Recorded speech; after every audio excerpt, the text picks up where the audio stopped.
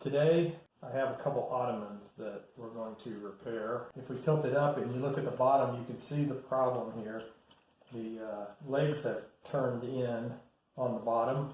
We're going to take a look at it and see if we can fix that. The goal is to save the fabric that's on the outside, not take that apart if we don't have to. The first thing we're going to do is flip it over and have a look at the bottom. It's got a dust cover, but it's clearly open in the inside, and these two legs seem to be connected together, so there's a board or something that has broken loose. So to start with, what we're going to do is we're going to cut open the bottom of this to see what we got, and to try to figure out how the legs are attached. It looks like they are attached from the outside because they're sitting on top of the dust cover. First thing we're going to do is we're going to take the utility knife and we're going to cut this fabric open. We will put a new dust cover on the bottom, so we're not too worried about what that looks like.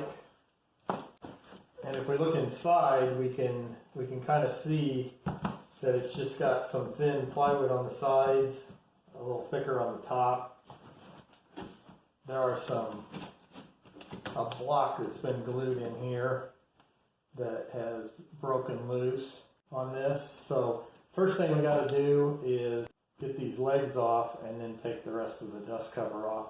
I can tell by feeling inside of here that there's a metal fastener driven into the bottom of the plywood that the leg is screwed into, so that tells me the legs should screw off. Looking at this, we can see there's some staples around the outside, and since we're going to save the fabric, we will need to pull those staples without tearing up the fabric, and we need to get those all out. What I'm going to do is show you how to do that. The first thing we're going to do, we need to pry those staples out. I don't know if you can see it, but they're recessed down in the fabric quite a bit. Sometimes they're more difficult to get out than others. We can tell from looking at this that the wood that's in here is a soft plywood, so they should come out fairly well. I have a couple different tools to do it. This is a tool made for pulling out staples. It's got a rounded nose and fairly blunt, so it won't tear up the fabric. The only problem with this is it also doesn't get under the staples real good if they're real tight. We can get under that one. And what we're going to do is we're going to pull up one corner on each staple, and then we'll come back and pull the staples out. This takes a lot of force, and you got to be careful that you don't put your hand in front of it or it's going to slip and get you.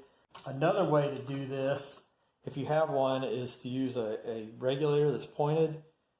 The only issue with this is if you're too aggressive with it, you'll tear the fabric. But this makes it possible to kind of squeeze it in there and get that staple loosened up. And all will do the same thing. The third thing that you might have is just a small flat screwdriver. That also works fairly well. You can get the corner down in there and then just pry it up.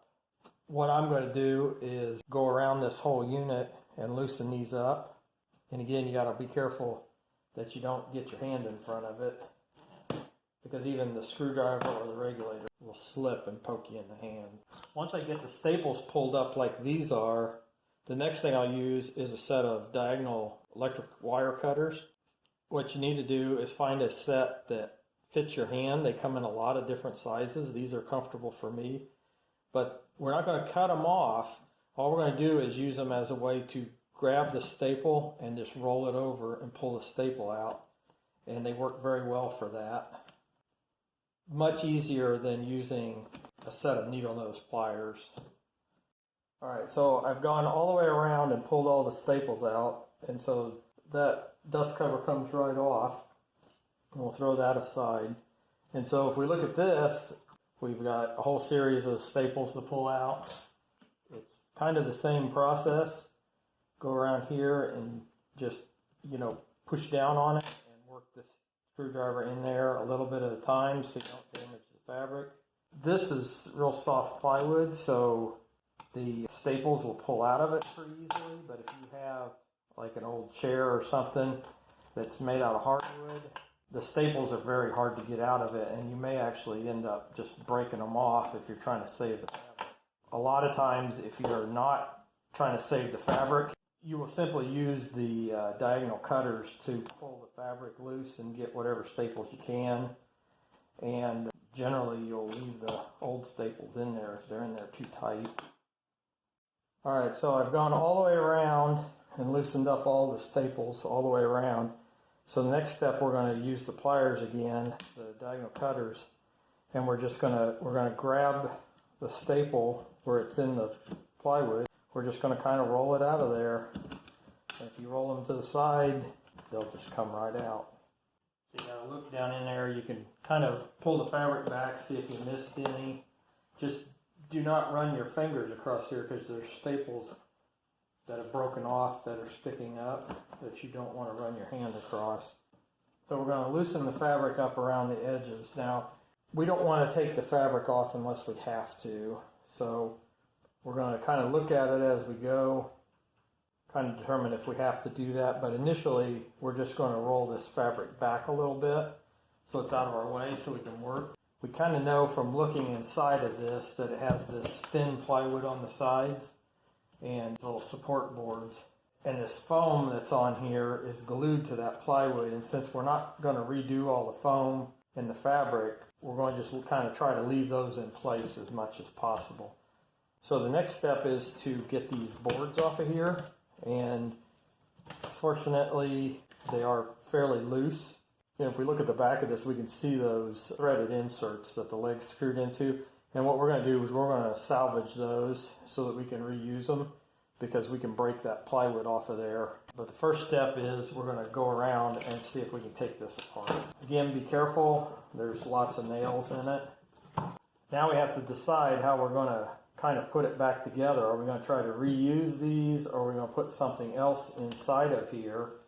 But I can tell by that board that came off on that side, and I can tell from these that the boards really they're not glued in, so we don't have to worry so much about damaging this plywood. So if we pull on them a little bit, we can see they'll come out. Now there's some staples in there that we'll have to deal with, and we'll cut those off. Basically what we're going to do is we're going to go around and we're going to pry all these boards off of here, trying to be careful not to break it. Sometimes called 5-in-1 tool, but basically a heavy putty knife so we can go in behind this and try to loosen up that staple without busting the plywood too much. So the next thing we're going to do is see if we can get these corners out. Depending on how we fix it, we'll at least want to put some kind of corner blocking in here to support the bottom a lot better. So what I'm going to do is use this putty knife. And again, it needs to be a heavy one so that you can actually pry with it and not bend it. We've got it all hollowed out. I think pretty much ready, other than we need to clean up these staples. So I'll show you how to do that next. We're going to see if we can get these staples out. I don't want to pull the foam apart to get them out. Now this one up here on top, it kind of sticks through so I can actually get to that one. And we'll just work that out the back, but I'm not interested in taking it all apart. So we're going to do one of two things. Some of them pulled through, so if we can pull them through, we'll pull them through. The other ones, we're going to use these flush cut pliers. These are just a really cheapy pair, but they'll do a good job for these small staples to clean them up so that we have a relatively smooth surface to reattach a new frame or whatever we're going to do. What I'm going to do is go in here, and you want to hold your finger on it so it doesn't go flying away, because it'll poke somebody. So the next thing is to clean it all out and then decide what we're going to do about the frame. In thinking about this, there's basically two different options I can think of. One is to just make larger corner blocks and maybe larger center blocks. Put them in here and glue them in, and then make a new bottom piece to go on it that is all one piece of plywood instead of made up of 4 pieces that are glued together. That would probably be adequate. The alternative to this is to actually build a box that slides in here that is more solid and a solid piece on the bottom so that it's more stable, because even with these blocks of wood and the way they were fastened, it still would have a lot of flexibility and could possibly break in the future again. So the goal is to try to prevent that. In the next shot, I'm going to show you what I decided to do to fix this. Here is what I decided to do to fix it, was to make a box. This isn't 100% complete because I needed to salvage the screw inserts from these other boards, and we'll show you the rest of that process here a little later.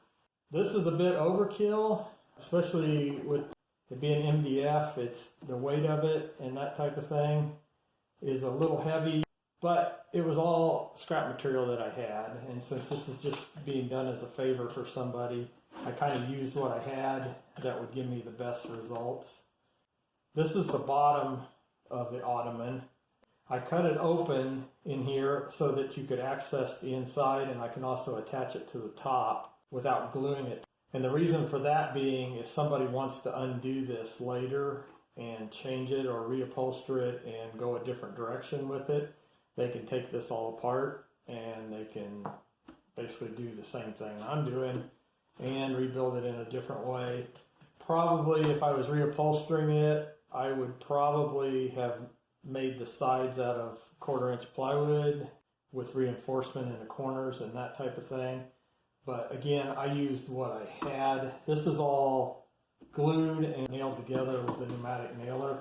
So if we look on the inside of this, I reinforced all the corners. Now, again, it's overkill, but it was just scraps of 2x lumber that I had on hand. I ran them through the table saw. Like I say, you could do this. This took about an hour to make a pair of these. So I didn't film that, I just went ahead and made it. This is made to slip directly down inside the ottoman. On the bottom face, I have some other pieces of plywood which we will put the inserts into, and we will attach those to this box.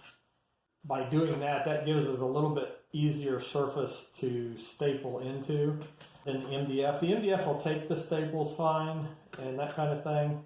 It's just a little bit easier with the plywood, and if someone wants to come back and redo it, it's going to be easier to get the staples out and allow them to redo it. But also, these inserts are only about 3/8 of an inch tall, and the plywood's about 1/2 inch to 5/8. They're clearly not going to extend all the way through, and also driving them into the MDF is going to be difficult. So that was some other reasons I chose to just do it this way.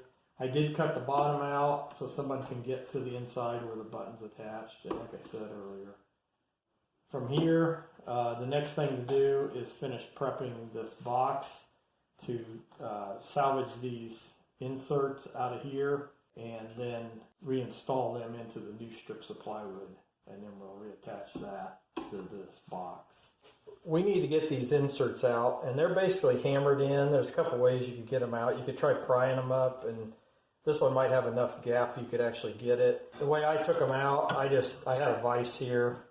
So I clamped it in the vise and levered it off, broke that piece off. I've already taken the one off of that end. So the next thing we're going to do, so we got it so it's pretty much exposed. Using a pair of adjustable pliers, we're going to pry that out of there, and then we can straighten up the teeth on it a little bit. It's kind of that easy. Again, you could pry them out with a screwdriver, but like this one's hammered in there pretty tight. So I found that just putting them in the vise, got enough leverage. If you work it back and forth, it'll break right at the fitting, or right at the insert.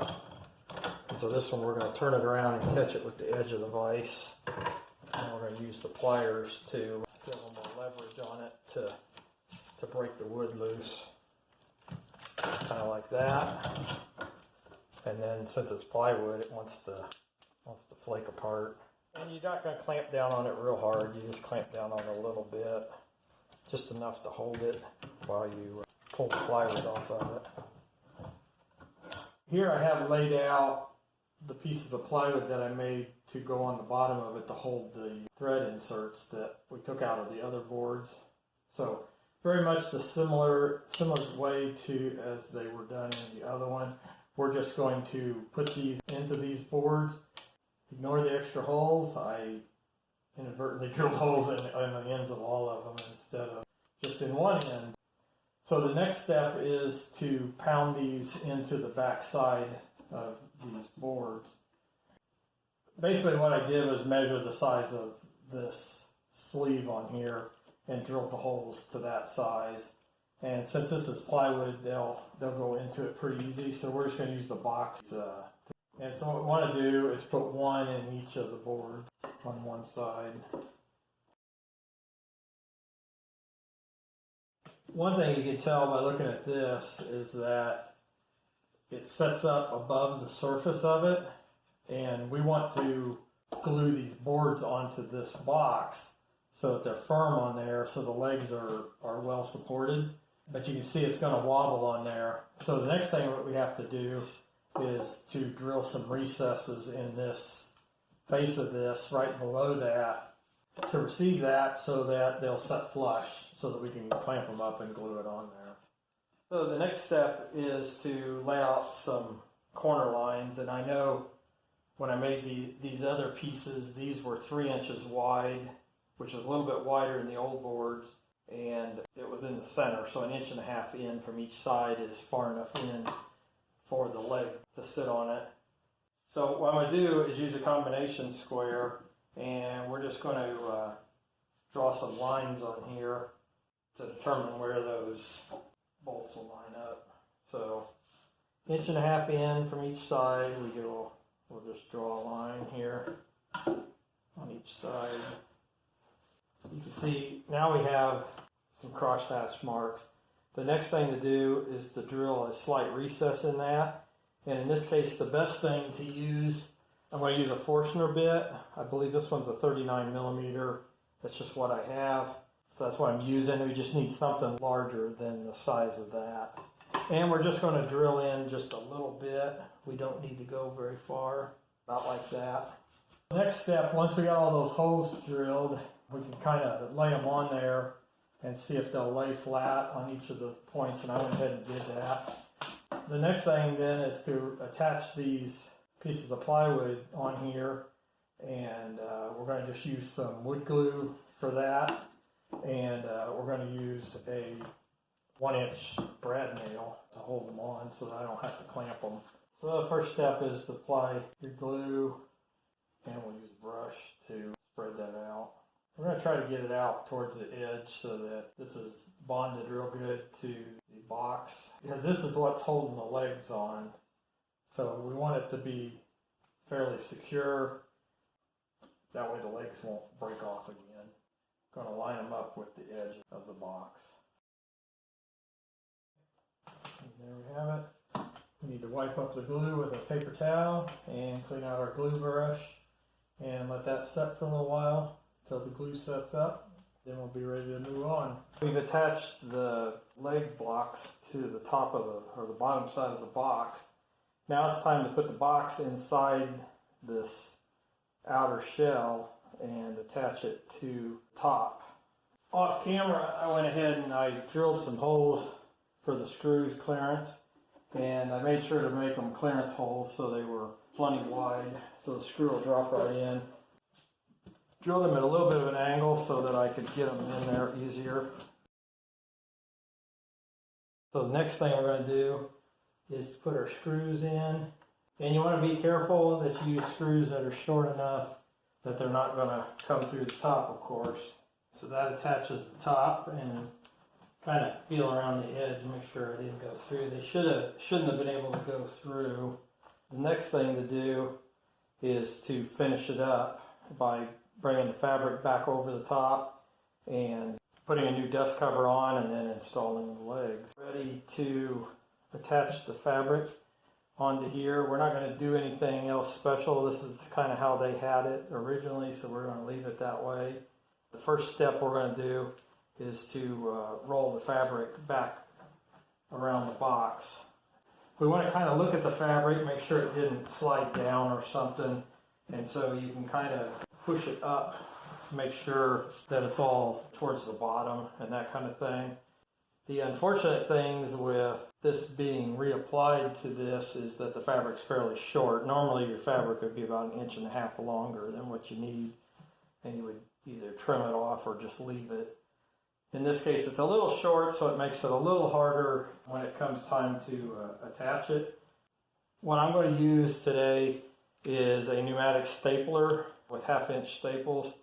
Makes the job a lot easier, but you could do this by hand, but the number of staples that you put in, it's quite a few, and you get tired after a while. So we're going to start in the center, and you want to kind of pull the fabric a little tight up along the sides.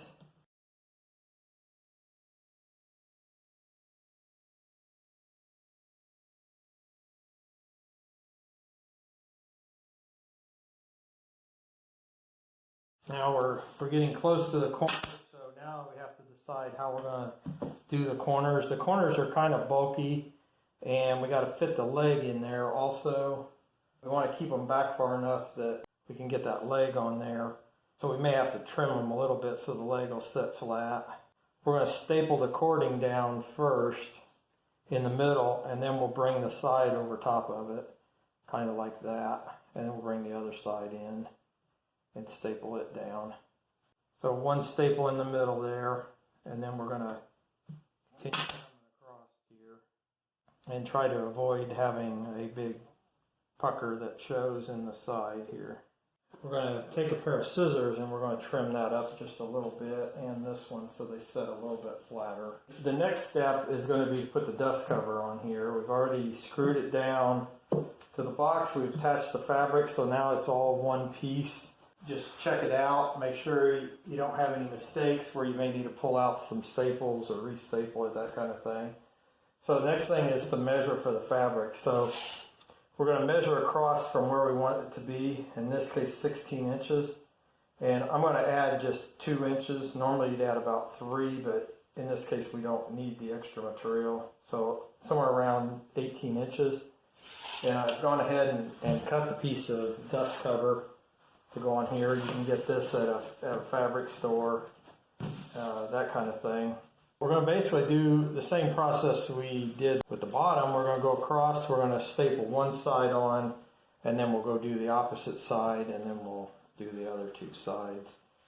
First thing to do is kind of center it up to make sure you got enough material. This piece isn't cut real square, but I'm going to turn under about 1 inch here, make sure it's centered. And then I'm going to take my staple gun and I'm going to attach it. And we're trying to have this fall right behind where that thin plywood was on the side. There's like a lip there, and that way this dust cover will kind of hide behind it. And when we do this side, we're going to pull it fairly tight. So we're going to have it just a little bit short. And we're going to pull it up to our mark. So when we get over near the side here, then we want to stop so we have room to roll the edge under. Now I got a bit extra here that I know is going to get in the way when I fold it under and try to do the screw holes for the legs. And I'm also going to come in here and I'm going to cut out some fabric underneath just so there's less material in there. So this time we'll start over here, we'll fold it under and get it close to what I want, and then I'm going to pull it tight and put one staple in here. Now we're not going to do anything fancy with the corners, we're just folding them under around 18 inches. And the next thing we need to do is open up the screw holes so that we can put the legs on. So we should be, if we're able to find them, if we feel around here, we can put our finger on it, and then I'm just going to cut a little square in it with the utility knife to open it up so that we can put the legs on. Once we have that, then we can take one of our legs, we'll screw it down on, and we'll see how good they fit. We want to get them on there fairly tight, but we also want them to be square so they don't look funny. There we have it, we got all the legs on. We're going to turn it over and have a look at it. A couple hours work, you can do 2 of these, and you could restore them rather than throwing them away if you like the fabric. Certainly if I was redoing the fabric, I probably would have went about it a little bit different. I would have put new foam and replaced that plywood in the side and done it differently, but in this case these should last for quite a few years.